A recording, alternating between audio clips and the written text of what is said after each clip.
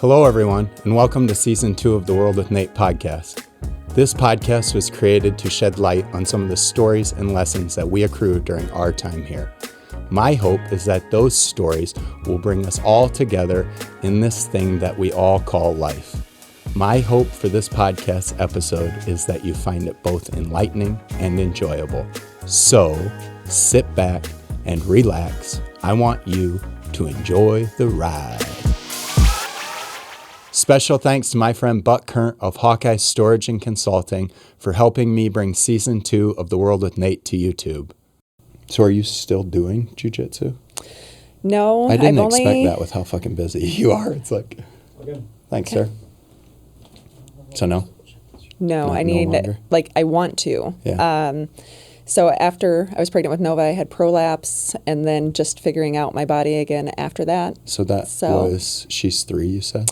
3.5. Okay. Yep. So we've tried going back. She's not a fan of people who she doesn't know.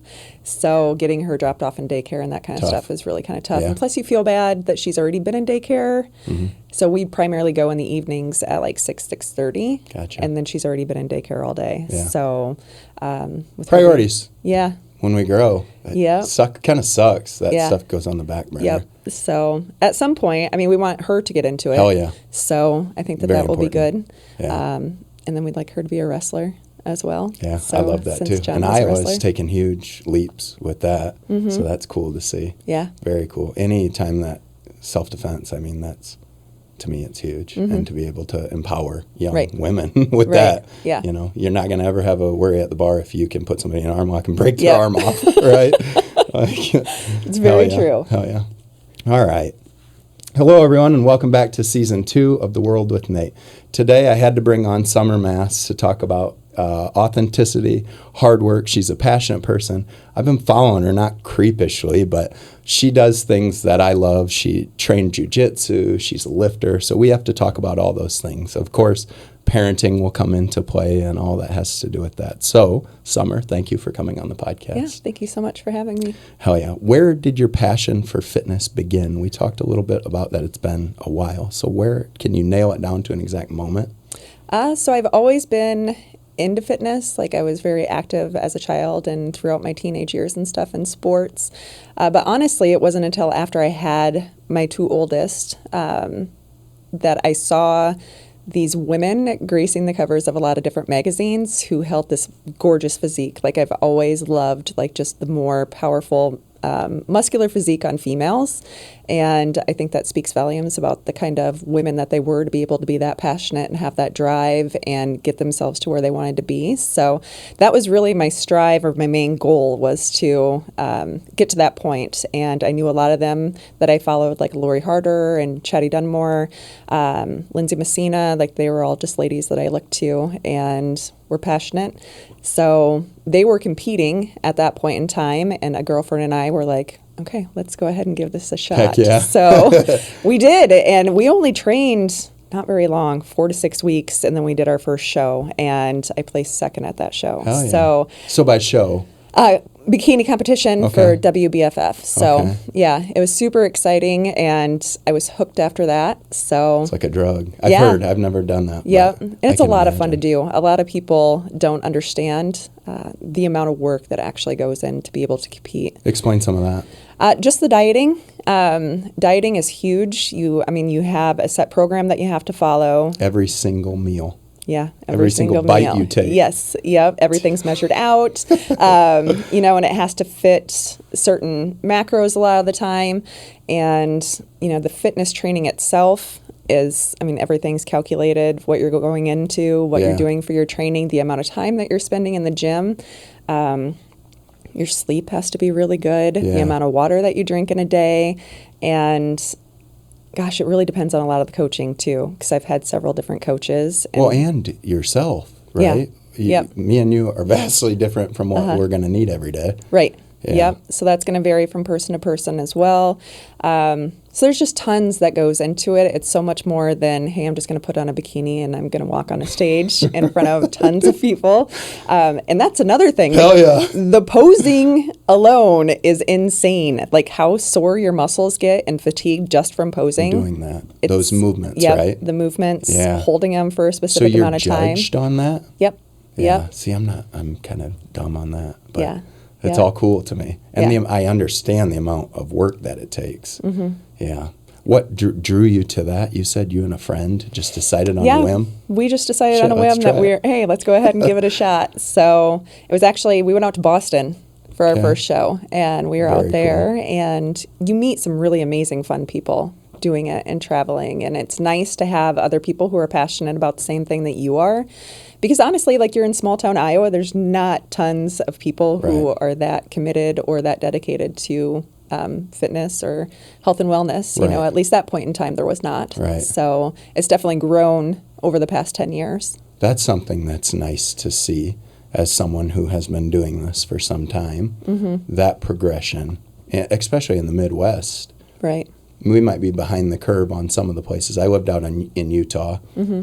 The only things you do for fun are biking, camping, hiking, running, not drinking Busch Light. Good snowboarding out there, don't they? Saturday. What was that? Utah, good snowboarding? Yeah, snowboarding, skiing. It's huge out there, isn't it? Best powder on earth is what they say. Yep, so, I hear that a lot. Yeah. So I used to snowboard out in Colorado, and well, you're going to have to come to Utah at some point. I have a lot of connections out there, so we'll have to make that happen.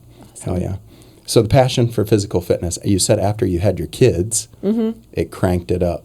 It really did. I just think something happens kind of, at least for me it did, once I was a parent, and you always want to be able to keep up with your kids, and you want to set a good foundation for them and be a good role model. And, you know, some of that, like the kid's dad, there's some obesity that kind of runs on their side of the family. Right. So you always want to make sure, you know, that your kids are aware of that. And it wasn't so much about, hey, I have to look a certain way. It was more so about the choices that they would make throughout their life that keep them healthy and strong. Right. You know, so the consistent choices. Right. Yep. Yeah. Yep. So, and as long as you're taking care of yourself, you know, the rest of it will kind of fall into place. Right. But the healthy eating and the exercising and making good choices was always really important to me for my kids. Hell yeah. Yeah, setting that good foundation. Yeah. That's so important. Yep. It's easy to become narrow-sighted, though, when we're so busy. You had spoke, you have a full-time job, you're doing this fitness coaching as well, the kids, the roles within life that you're playing. Mm-hmm. When you're coming home and you're thinking about, I got to make meals, it's real easy. I'm just as guilty as throwing something in the oven quick, processed crap. Yep. How do we stay away from that? What sort of things do you do to stay away from that? Oh, well, tonight, you know, Subway or whatever, processed food. Yep. So me personally, I think I've really just trained myself ever since I was competing, where my body just responds really well to eating certain kinds of foods. Like, that's not to say that I don't still enjoy the pizza, the ice cream, the burgers, all that kind of stuff. I do. I love them. My body does not so much. Right. So it took me a really long time to learn that, where, like, you know, you get the sweats or you start to feel like crap or energy-wise, it's just running low. Brr. Yeah, yep, exactly. So I've learned to really just stay away from that. And over time, it's funny, like listening to my kids now where they're like, I don't want to have that. I feel like crap after I have that. You know, so it's things that they start to realize on their own. And I'm really guilty, especially when we get super busy, where it's like we'll stop at the gas station and the kids will want to grab some candy or whatever. I'm like, that's not food. Right. Can we pick something healthier? And then, if you want to grab something else, that's fine. That's definitely something that they've had to learn on their own. It's not something that I want to like force on them, because I think it's really important for people to be able to figure things out on their own.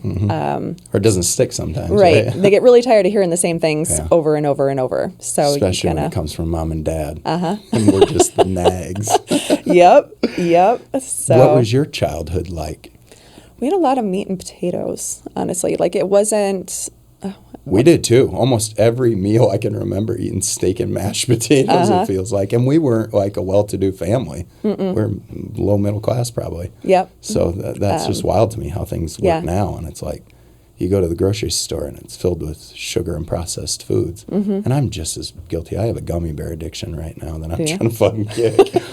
But, you know, it's Yep. stuff that we have to be cognizant of Uh-huh.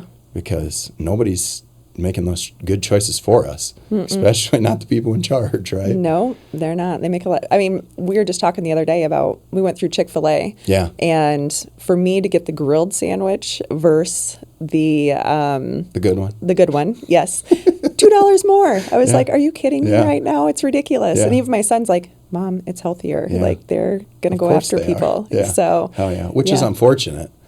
And hopefully the tides change on that with our society. Right. So as you spoke, you know, we've seen a change within 10, 15 years of the Midwest, hopefully catching up to some of those things and seeing the benefit. Right. As our nation is crippled by diabetes, obesity, and the likes. It's the worst it's ever been. Ever. Yeah. It's COVID insane. helped none. No. I think No. the last statistic that I saw, without getting into too much depth, was like the average weight gain during that period of time was something like 28 pounds or something. Yeah, it was a lot. Yeah. Jeez.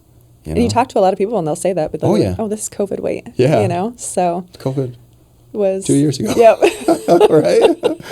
Just sticks around. Yeah, it does. If So- we're not actively pursuing the Uh-huh. opposite, it's going to come and be. Yep. Right? Yep. So today's culture, yeah, the goods with the bads. Mm-hmm. What are some things that you enjoy out of today, the changes? I think I really enjoy the fact that people seem to be a lot more conscious of, you know, the fitness related things and being healthy. The love yourself as you are movement or accept people as they are movement, I think has been a really good movement to have.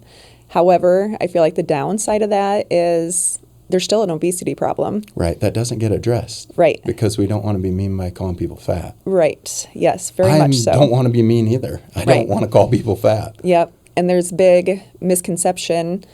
You know, looking at me, people are like, oh my God, you're so fit. But I mean, that doesn't automatically equate to I'm super healthy either, Correct. you know? And same with obesity. Just because somebody's healthy doesn't mean maybe if you were to draw their blood that they're not going Right. to have excellent blood work. However, there is a point where you have to look at somebody and still realize your size at some point does matter. Is going to It starts to negatively break affect you. down your body, your organs. It impacts your health. Right. So despite the fact that you may feel your best at a certain weight, doesn't mean that that's really, you know, the healthiest weight for you or for Correct. anyone. And then also, I mean, you see if there's obese parents, you know, that kind of travels down to the kids Right. as well. So I feel like there's a certain foundation that still needs to be met. You can love who you are. However, you still need to take care of yourself for the longevity of Right. things too. So, Yeah. I mean, and it comes to a lot of, I think, the problems today are the unclear of the why. Mm-hmm. People just don't even know why they're going about life. right. So, Yep. Well, we have to be fit in order to sustain a long, healthy, enjoyable life. Mm-hmm. That's it to me. Right. That's morphed for me. Right.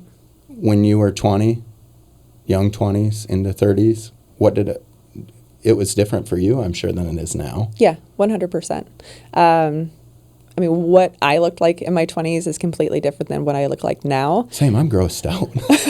I had a drinking problem when I was in my 20s, so I'm like, shit, dude, Yep. you look bad. Right? Yeah. So I guess that's a good thing, right? right. We want to age yeah, well. you definitely become a lot more conscious as you age. And I Yeah. think I mean, you have to go through those stages of your life in order to realize that. But I mean, just viewing it at like how the culture has shifted throughout my lifetime as well. Because when I was younger, I mean, the thing was to be super skinny, Yeah. you know, and I was never built to be like a super thin person. You had said that you were athletic and played I've always sports. had more of an athletic build. You know, I went through that stage of life where people are like thunder thighs or like always commenting on the size of my thighs or, you know, just stuff like that where it made me very insecure because I didn't fit what society, you know, thought women should look like at that point in time. That stuff is hard to hear because I've got young girls. Right. I will be crushed the second that they come home and say Yep. that they're not beautiful. It's, it's hard. Well, and yeah, especially in today's society where you Yeah. have filters on everything. You don't even and know what a real person's supposed to look like. No. Yeah. It's No. hard. That stuff's hard It is hard. in today's culture. It How is. do we stay away from that? Reassuring? You know, I think it's just important, especially for me having two daughters as well. don't try and focus whatsoever on their physiques. It's just really focusing on them taking care of themselves. I don't talk about my own body in front of my kids. I don't ever say anything in regards to, oh, I feel fat today, or hey, how do I look in this, or do I look bad? That is very powerful, because those things are spells. Right. And they can take grip of young people very easily. Very easily. Me and my wife, she's very conscious on this, and this is something that I'm learning. Did you grow up in a home like that? Where did this stuff come from? How did you become so cognizant of those things for yourself? I did, and I love my mom very much. We're just completely two different personalities, and she grew up in a time where I think it probably was focused a lot more on looks, and you wanted to be a certain size, and times have changed. Yeah, very much so. Some things have been good. Yep. So I really try not to focus on that, where she would always look at me growing up and she'd be like, you need to go put some mascara on or go put some lipstick on. And I'm just like, I'm completely fine running around without that kind of stuff. Yeah. So I don't wear a lot of makeup. That's never been a huge deal to me. She'd feel bad leaving the house in like a pair of sweatpants or something like that. And I'm like, I don't care. That's what I wear. I'm fine with that. Yeah. So, it is kind of just accept me as I am. Authentic. And that's just kind of what you get. So, but there was definitely times, where comments were made in regards to how a body looks, and that kind of stuff. So that's something that I'm very, I think about that a lot when talking to my kids, even my 3-year-old, where, it's not like, she's always like, am I beautiful today, Mom? And I'm like, you're always beautiful, but I don't always want to dress like how she looks either. Like, she's very smart and she's sassy and all that kind of stuff. So those are things that I want to focus on with her as well, not so much what she looks like on the outside. Absolutely get rid of some of those superficial things that really shouldn't play much of a decision in anything. No, they shouldn't. And those are the things that we can focus on. Yeah, hell yeah. Yep. So your training and expertise comes from doing. What formalized training do you have in the regard of, you have your own fitness program? Yep. So I'll put together personally designed workouts for people to meet their personal goals. So I can design them for either in the gym, or I can design them for them to be performed at home. I do have an app that I upload all my videos and everything into. So, they get the video demonstration, as well as I'll prescribe like the reps for them, the sets, based all on that what kind of they stuff. want. Right. Their goals. So it's been nice because that way, with my busy schedule, I don't have to take time to meet with somebody, yet they're still able to. They still get you. They still get me. Your expertise. Yep. So it works out really well. Oh, yeah. Because you do have a full-time job, too, as well. Yeah, and I do. we had spoke on that. Yep. And all the balance that it takes to do all of those things. One of the things that I think we should highlight is your fitness climb after pregnancy. Yep. What did that look like? So when it came to pregnancy with Nova. Your most recent pregnancy. My most recent, yep. And when I was pregnant with Brian Henley, I did work out at that point in time, just not to the level of which I work out at this point in time. You kill it. I watch your videos, I'm like, questioning whether or not I can make it through the shit you're doing, and I hate feeling like that because it's like I need to be there, making sure I can. Yep, so, I get that a lot, honestly. So, hell yeah. Well, good. I shouldn't be feeling alone, but that just makes me. You are not. I got to work harder now. Yep, exactly. So, so I worked out my whole entire pregnancy with Nova, and I felt amazing when I was pregnant with her. There was nothing that was really slowing me down, which is both a positive and a negative. I feel like because there's so much. Stigma, I feel like, with women working out when they're pregnant. I feel like that's a newer thing within the past couple of years that has really started to come to light where, yes, you have to be safe during pregnancy. Obviously, you're carrying another human being in your belly, so you want to be safe. But you just make the modifications throughout pregnancy. You make sure that you're making good choices and you're not doing jumping anything. Into this. Right. Pregnant. Yep. Deadlifting 200 pounds. Yep. It was, I assume, a gradual progression, yes, right? Yes, exactly. So there was definitely a progression coming into things, and then you cut back as you get further along. So after having Nova was difficult for me just because I knew that something was different after I had her, so physically different. You felt I that. felt, yep, Okay. I very much so felt that. So I had reached out to my midwife. Natural birth, cesarean section? Yep, Okay. natural. Reached out, and that's about a week after having her, and I was like, hey, something's not feeling and you right. had children prior. Yep. So I knew, that this was not similar to how I was feeling with the other pregnancies or post-delivery. So I reached out and described what I was feeling at that point in time, and they're like, no, I think that's pretty much normal. And I had looked as well, so I was like, I don't think that's normal, So I had my 2-week checkup coming in and waited until that point in time and went in, and they're like, you have prolapse. So, and the only reason I knew to look for this was because I had followed a girl on Instagram. So what are the odds that that's even going to happen? She had a baby, and she had described these symptoms. She somehow managed to pop up on my feed, and I ended up following her, and it was like to a T, everything that I was experiencing. So had she not ever said anything, I never would have known. I mean, I'd already had 2 kids, and I had never once heard anything in regards to prolapse even being a possibility. So I was absolutely heartbroken at that point in time, because the big thing was you can't lift anything anymore, like over 5 to 10 pounds. You can't do it. Exercise. Threw a serious wrench into your life. At that point. Because that was really something that I was passionate about at that point in time. And also, I just had a baby that weighed 8 pounds. Or no, Henley weighed 8 pounds. But Briar and Nova both weighed 7 pounds, 10 ounces. And then you're telling me I can't lift anything from 5 to 10 pounds, which makes things very difficult. I wasn't supposed to be walking around. I wasn't supposed to be doing any of that kind of stuff. So to tell somebody who's passionate about fitness that basically your life, as you know it, is halting, but also a new mom again. And there's things that go along with being a new mom. Right. Scientific stages of depression and the new mom things. Were those things that you were? Yes. Okay. Very much so. I had a lot of postpartum depression with Nova just because there was so much stuff already going on. I'm ignorant to it. Yeah. The blues. You feel very sad.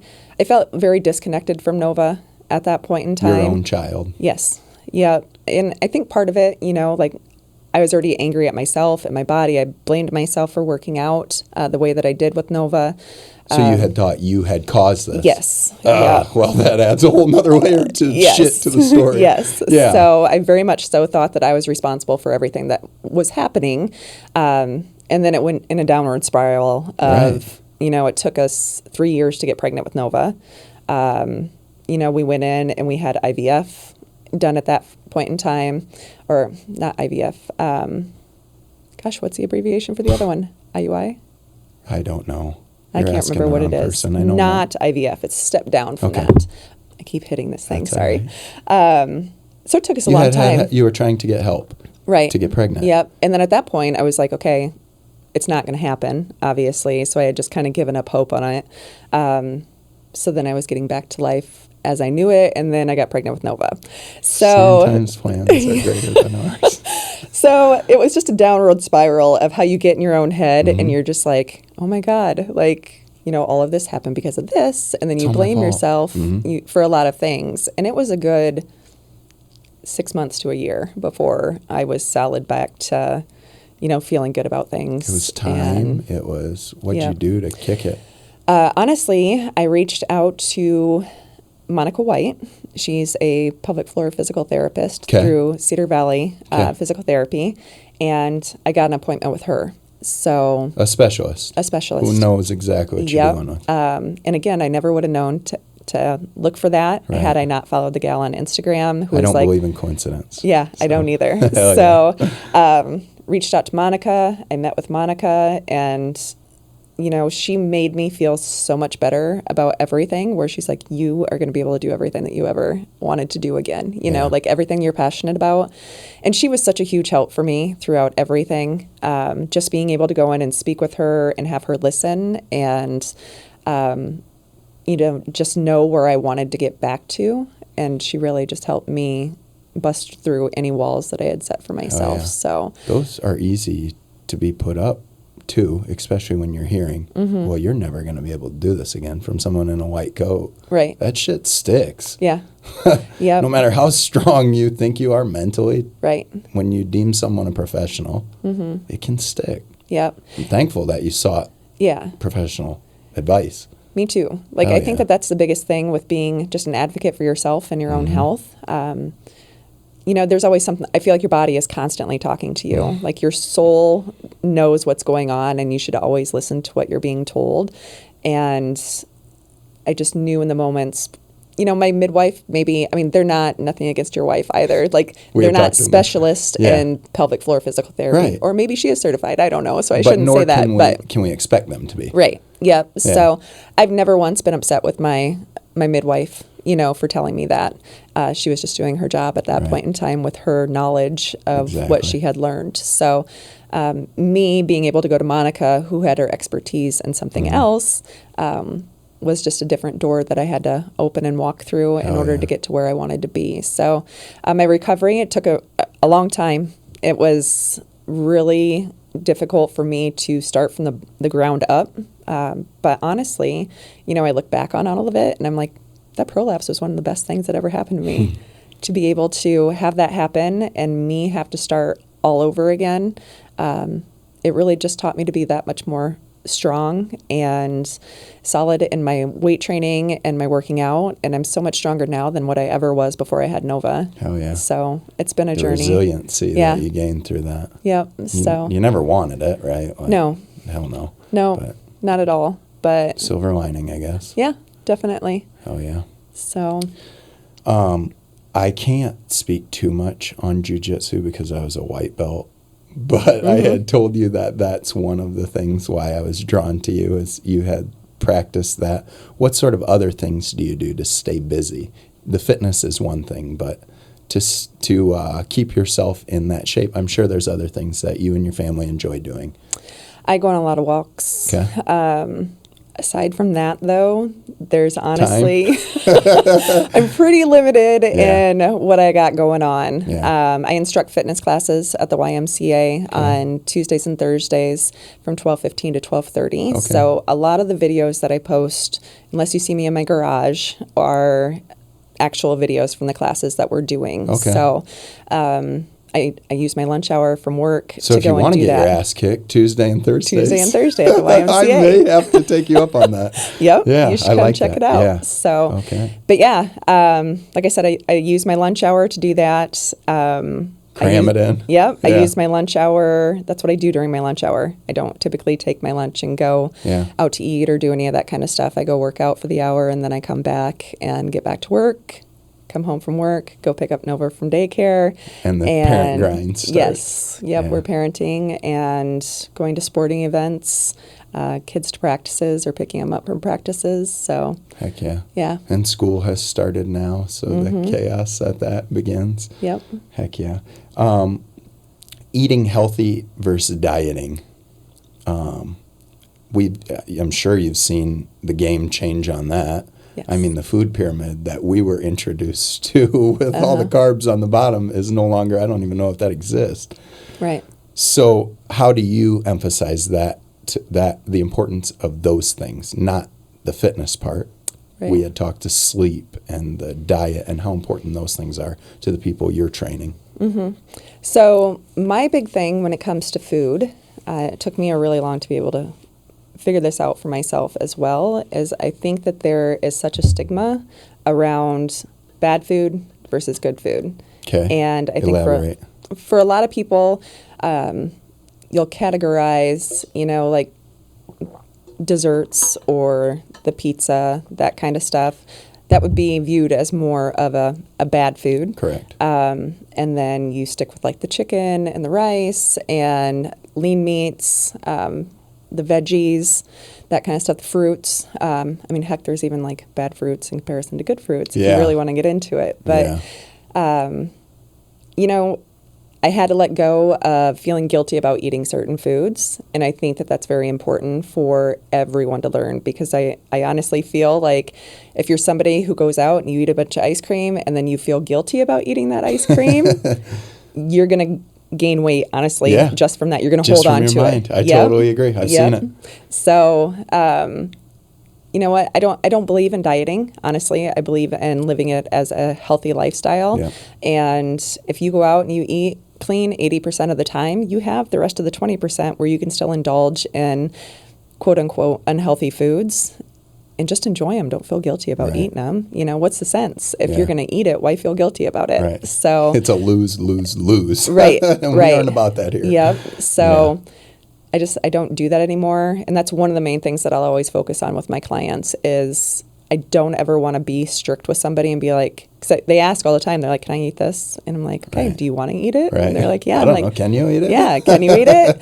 Just, I mean, have a little bit of it, you know? That moderation. Right. Moderation is huge. And don't feel guilty while you're doing it. Enjoy it. Love it. Know why you're doing it. Yes. And then let it go Yeah. after that. You don't need to sit there and stress out about it. Yeah. So, but yeah, I mean, there's always crazy new diets and fads. Tons of stuff. You can't even keep up. No. Natural whole foods. Yep. Try to make the right decision more than 100%. not. Be consistent. Yeah. Yep. That's all you can really do. You're always going to run into situations, like we said earlier, where you're busy and you're going to stop and maybe there's not healthier choices there and that's okay. Right. But you get hung up on it, worry about it all week. Pretty soon you're 40 pounds over. Right. And some people do stress about that kind of stuff. I mean, I used to, but you get into like a wrestler mentality. You talk to some old wrestlers, like John Who is cut very some serious weight. Yep. And I mean, John's always like, wrestlers eat because they can eat when they're not training and they'll gain tons of weight. Yeah. And then, you know, you have to come season and you're cutting down and you're trying to me, lose that 20 to 30 pounds. So much easier if we just would have stayed 8 pounds over instead of Patty and we're 250. Right. Yep. Yeah. It's a huge cut. So that's funny. It's got to be tough. Doing that to yourself all the time. I ain't trying to do that either. Nope. Consistently motivated. People come and people go. You've been doing this for a long time. How do you stay motivated? How do you stay on the grind? You work your ass off. I love what I do. Yeah. So I think that makes a huge difference. Do I want to go out and do it every single day? No. I mean, yesterday I was talking to a buddy and I'm like, I really need some pump me up. Like I'm just not feeling, you know, like getting motivated to go. But I know how I feel if I don't do it. Yeah. And it's not even like a lot of people look at me and they're like, she's got to be like all about her looks or how her body looks. And I'm like, just because you love being passionate about fitness and your body coincides and shows that, like, doesn't mean that that's like what my main goal is. Like, I enjoy feeling good and I enjoy feeling strong. Strong as self. And like it really, I can have a bad day and I can go to the gym and man, you just feel like $1 million after you leave there, you know? I'm the same way. I love how I feel when I work out. I just do, like being able to get stronger every day. And there's always room for improvement in that, you know? Yeah, always. It's a constant hustle, but that doesn't drain me. No. Yeah. And it doesn't matter what kind of exercise you're into either. Like there's always room to improve and grow and get better with it. I mean, running, yoga, Pilates, strength training. Martial arts. Yeah, all of it. Yeah. It's huge. I like that. So. Oh, yeah. Well, the only other thing that I think needs to be said is the importance of introduction to the young people. We spoke about that, and you had mentioned having your daughter in there, and I had watched videos of you working out with her and myself watching my daughters try to emulate mom with the kettlebells and stuff. It's powerful. And I think it's important that we continue to do that, or we're not going to have healthy individuals in this society, you know? Yeah. So kudos to you for getting those kids involved. I love that. Yeah. And it's been great with Nova. It's funny because she'll, like you just said, she'll be in some of my videos and people are like, do you punish her and make her do burpees? Exactly, and I'm like, where she wants to be. That's what she wants to do. Like, she's the one who's busting out. She's like, Mom, videotape me. And I'm like, okay. You know, and she'll get out her weights. And that kid is so stinking strong and proud of herself. Yeah. Like, I remember, you know, last year at this time, she couldn't even like lift up an 8-pound ball. And now this morning, she was carrying one around. She's like, look at me, Mom. I'm getting stronger. Proud of those accomplishments. Yeah. Yeah, what she is. Ability to give to our children, huh? Right. Yeah, definitely. So. And you had mentioned too that because there's a fine line, I feel like, I don't have kids that are older, of wanting them to do this for the right reasons, your health and wellness, and then trying to push these things on them because we love them. Mm-hmm. How do you navigate that? You have older kids as well. I do. Yeah. So I think for me, as I had mentioned, just like I had always been on my son, especially about, hey, you need to get into the gym and you need to get stronger and you need to start weight training. And it wasn't so much that I had wanted him to change his physique physically, like outwardly, how we're looking at him. But I knew what his goals were and I knew what needed to coincide with his goals to get him to where he wanted to be. And I think just, having a mom, I emulate that to him every day where now we work out together, we That's go to the gym and he asks if he can go. And I'm sure that my 13-year-old daughter, she's expressed some interest now as well in wanting to go and weight train and stuff. So, just being somebody who that they're able to look to for guidance and, if they have questions, they always know that they can come to me and ask. The form and stuff, especially in the gym, like they're not offended if I'm like, hey, we need to work on this, or you need to adjust this, or, maybe you need to lower your weight so your form isn't suffering. Right. But just being able to be that kind of role model to them where they feel safe or in an environment where, hey, I can do this and mom's going to be here to help me. Yeah. And they've seen that since they were little. Mm-hmm. So they don't know any different. I think that's been really great for them. And maybe they didn't notice that as much as they will someday. Yeah, as they will someday. I think now that they're getting older, they realize that a lot more. So what a gift that's we can been great give to our kids. Yep. Hell yeah. And like I said, I had you on here because I need to put authentic. There's plenty of figureheads out there. And there's plenty of Instagram filtered, beautiful people, but people that are putting in the consistent work every day. And what you said, this is something that you can pass down to your children. That just fires me up. So that's why I had you on, and I appreciate you taking the time to come on and chat. Yeah, I appreciate you having me. We're about out of time, but before that, you got to get to the firing range. Are you ready? I'm ready. Okay.